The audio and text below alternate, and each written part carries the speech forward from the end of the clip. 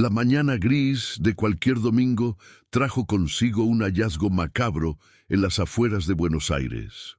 Un sendero poco transitado en los límites de la ciudad, rodeado de vegetación seca y marcas de recientes quemas, fue el escenario de un descubrimiento que transformaría la rutina de la policía local en una verdadera pesadilla.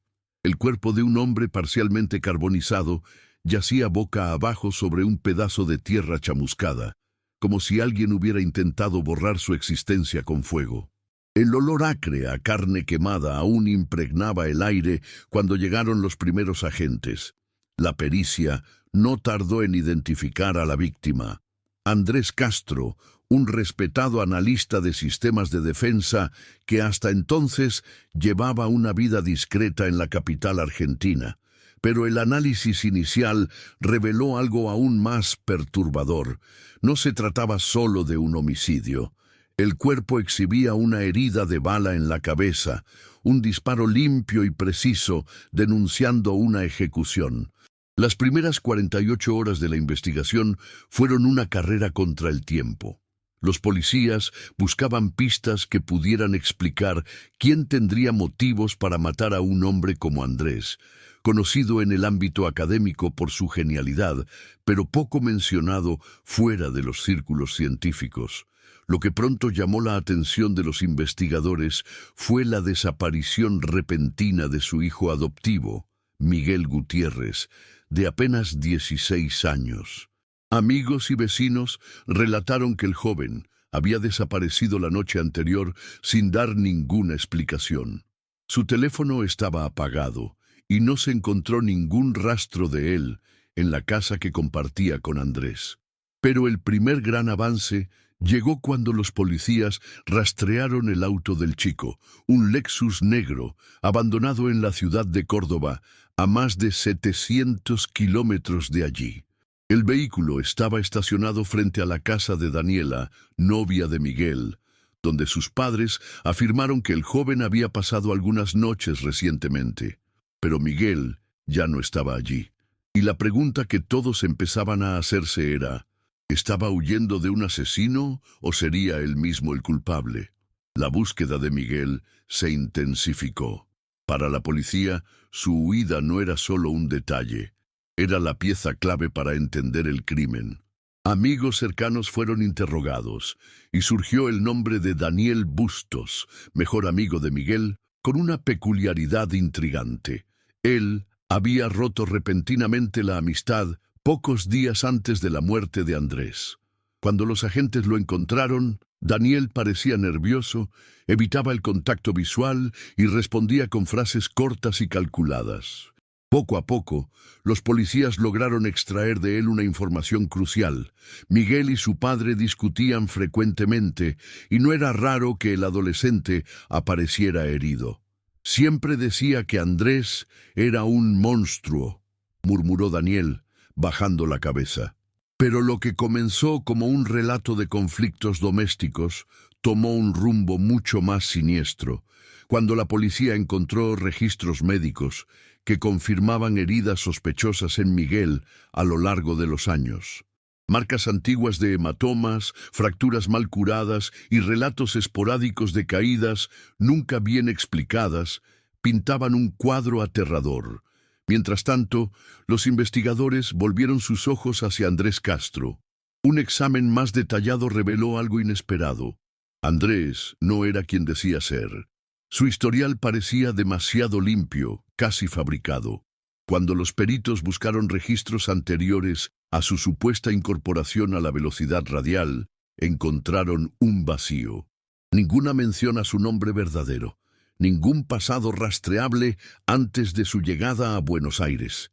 Esto llevó a una solicitud formal para el cruce de datos internacionales, y lo que descubrieron fue estremecedor. Andrés Castro era, en realidad, una identidad falsa. Su nombre original había sido borrado, pero fragmentos de registros antiguos revelaban un historial criminal enterrado bajo capas de burocracia y silencio. Ya había sido condenado por crímenes de abuso infantil antes de desaparecer del mapa y reaparecer en Argentina con una nueva identidad. La revelación cayó como una bomba sobre la investigación. El hombre muerto al borde del camino no era solo una víctima, era un depredador que cargaba secretos mucho más oscuros de lo que cualquiera podría imaginar. A estas alturas, la búsqueda de Miguel se volvió una cuestión urgente. La policía ya no lo veía solo como un posible sospechoso, sino como una víctima que podría estar en peligro. El Lexus abandonado en Córdoba fue analizado minuciosamente, y los peritos encontraron rastros de sangre en el volante y en el asiento del pasajero. La cantidad no era grande, pero suficiente para levantar sospechas. Las cámaras de seguridad de una autopista mostraban a Miguel conduciendo el auto solo en la noche del crimen, con una expresión tensa, manos apretadas en el volante. No había señales de que alguien más estuviera en el vehículo. La pregunta que martillaba en la mente de los investigadores era, ¿estaba huyendo o encubriendo algo? La novia, Daniela, insistía en que él nunca haría daño a nadie, pero los padres de ella mencionaron que Miguel llegaba a su casa frecuentemente alterado, como si estuviera huyendo de algo mucho mayor que cualquier discusión común entre padre e hijo. Fue en la madrugada del 5º día de investigación cuando finalmente localizaron a Miguel. Estaba escondido en un pequeño hostal en las afueras de Mendoza, a casi 1000 kilómetros de la escena del crimen. Cuando los agentes lo encontraron, parecía exhausto, con ojeras profundas y una mirada perdida, como si ya supiera que su huida estaba llegando a su fin. No resistió ser arrestado. En el interrogatorio inicial, permaneció en silencio durante horas, con la mirada fija en la fría pared de la comisaría. Cuando finalmente habló, dijo solo una frase: no quería matarlo. La confesión heló a los policías en la sala, pero sabían que necesitaban más. El problema era que los informes periciales no sustentaban la versión de un accidente. El disparo que mató a Andrés se realizó a corta distancia, con precisión quirúrgica. No había señales de lucha corporal, ni indicios de que el arma hubiera sido disparada por accidente. Miguel estaba mintiendo, y la cuestión ahora era: ¿por qué? Presionado por las inconsistencias en su versión, Miguel finalmente cedió. Su rostro, antes inexpresivo, se contorsionó en una mezcla de ira y alivio mientras empezaba a hablar. Contó que Andrés nunca fue un padre. Desde la infancia, él era un carcelero, un depredador que enmascaraba su verdadera naturaleza bajo la fachada de un hombre respetable. Sabía que él nunca iba a detenerse, murmuró, con la voz entrecortada. Relató años de abuso, violencia y miedo constante, atrapado en una casa donde cada puerta cerrada por la noche significaba una nueva amenaza. Pero, en esa noche específica, algo cambió. Miguel había decidido enfrentar a Andrés. Tomó un arma que sabía que estaba guardada en la casa y, por primera vez, miró al hombre que lo aterrorizaba con algo más que sumisión. Discutieron y Miguel apuntó el arma hacia él. Andrés se rió. Dijo que nadie creería a un chico problemático, que siempre encontraría una forma de escapar, como ya lo había hecho antes. Fue entonces cuando Miguel apretó el gatillo. Quería que él desapareciera, que nunca más me tocara, confesó. Pero si era un acto de desesperación, ¿por qué entonces el cuerpo estaba quemado? Fue entonces cuando la historia tomó un giro aún más siniestro. Miguel no estaba solo esa noche. Tras el disparo, entró en pánico. Llamó a alguien. La policía presionó para saber a quién. El silencio duró minutos hasta que Miguel susurró un nombre: Carlos Príncipe, el ejecutivo de la velocidad radial. Un nombre que, hasta entonces, no tenía ninguna conexión directa con el caso. Pero Miguel dijo que él sabía de todo. Él y Andrés tenían un pacto, una red de protección que permitía que crímenes del pasado fueran enterrados, identidades borradas y que Andrés continuara impune. El nombre de Carlos no era solo un detalle. Miguel recordaba conversaciones entre los dos sobre un caso antiguo en España, el asesinato de un niño, algo que había sido encubierto por las autoridades. Cuando Miguel habló sobre la muerte de Andrés, Carlos no dudó. Dio las instrucciones: quemar el cuerpo, deshacerse del auto y desaparecer, pero Miguel no logró seguir el plan hasta el final. En pánico, huyó. Y ahora, todo salía a la luz. Con la revelación del involucramiento de Carlos Príncipe, la investigación tomó un rumbo aún más oscuro. El ejecutivo era uno de los hombres más influyentes de la velocidad radial, conocido por su postura discreta y su habilidad para evitar cualquier tipo de exposición mediática. Cuando la policía lo convocó para prestar declaración, llegó acompañado de un equipo de abogados, manteniendo una compostura fría y calculadora. Negó cualquier implicación en el crimen, afirmando que nunca había tenido contacto directo con Miguel y que la muerte de Andrés lo tomó por sorpresa, al igual que a cualquier otra persona. Pero los investigadores sabían que Miguel no podría haber inventado detalles tan específicos sobre la relación entre ambos. Al confrontarlo con registros telefónicos, se reveló que hubo una llamada entre Miguel y Carlos en la noche del asesinato. Una llamada de exactamente 17 minutos. Tiempo suficiente para recibir instrucciones, para organizar un plan de fuga. Confrontado con esa evidencia, Carlos se mantuvo impasible, pero los detectives notaron un pequeño detalle. Sus manos temblaban ligeramente sobre la mesa. Paralelamente, el análisis forense trajo otro golpe devastador. El ADN encontrado en la ropa de Andrés indicaba que él no era el único agresor. Miguel no era la única víctima. Se detectó un segundo perfil genético, perteneciente a un caso archivado en España. Un niño desaparecido hace más de 20 años. El rompecabezas finalmente comenzaba a encajar.